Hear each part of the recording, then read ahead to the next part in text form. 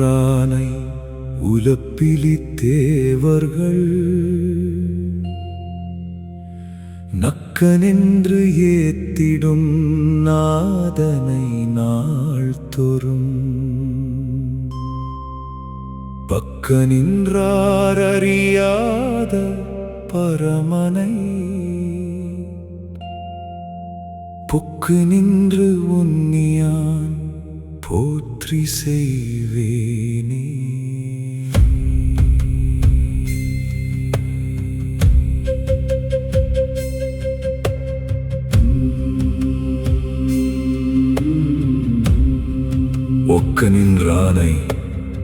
உலப்பிலி தேவர்கள் நக்கனென்று ஏத்திடும் நாதனை நாள்தோறும் பக்க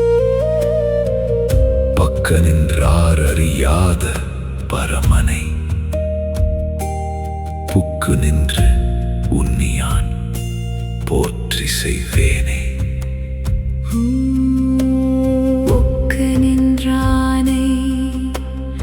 உலப்பிலி தேவர்கள் நக்கனென்று ஏத்திடும் நாதனை நாள்தோறும் பக்க நின்றார் அறியாத பரமனை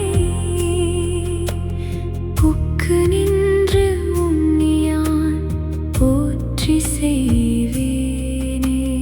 ஒக்க நின்றானை உலப்பிலி தேவர்கள் நக்கனென்று ஏத்திடும் நாதனை நாள்தோறும் பக்க நின்றார் அறியாத பரமனை புக்கு நின்று உன்னியான் போற்றி செய்வேனே. தத்துவ விளக்க உரை. மையக் கருத்து பரமன் அருகில்தான் இருக்கிறான். பரமனாகிய ஈசன் நம் அருகிலேயேதான் இருக்கிறான். அவன் நம்மை முழுமையாக அறிகிறான். ஆனால் அஞ்ஞானம் அறியாமை காரணமாக நாம் தான் அவனை அறிவதில்லை.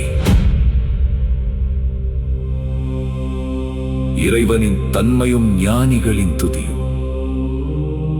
ஒக்க நின்றான் இறைவன் அனைத்து உயிர்களையும் எவ்வித பாகுபாடுமின்றி சமமாக பாவிப்பவன். உலப்பிலி தேவர்கள் என்றால் பிறப்பு இறப்பு அற்றவர்கள் என்ற பொருள். நக்கன் இது சிவபெருமானின் திருநாமங்களில் ஒன்று. விருப்பு வெறுப்புகளுக்கு அப்பாற்பட்டவன் என்றும் இந்த பிரபஞ்சத்தையே தனக்கு ஆடையாக உடுத்தியவன் என்றும் இதற்கு பொருள். இறைவனை அடையும் வழிமுறை.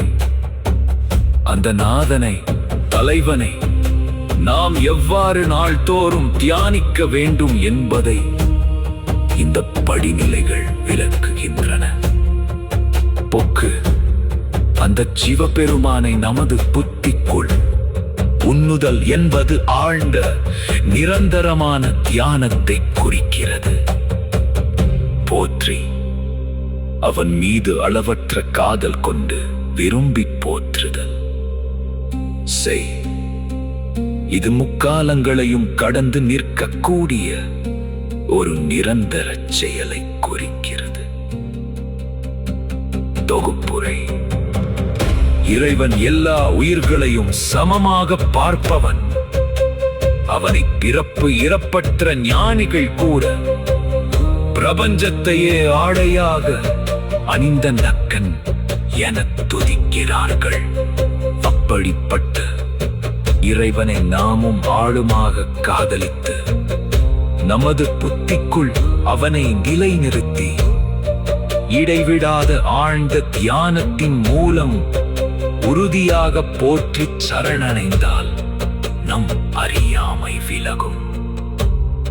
நம் பக்கத்திலேயே நிற்கும் அவனை நாம் தெளிவாக அறிந்து ஞான அமிர்தத்தை முழுமையாக பெற முடியும்.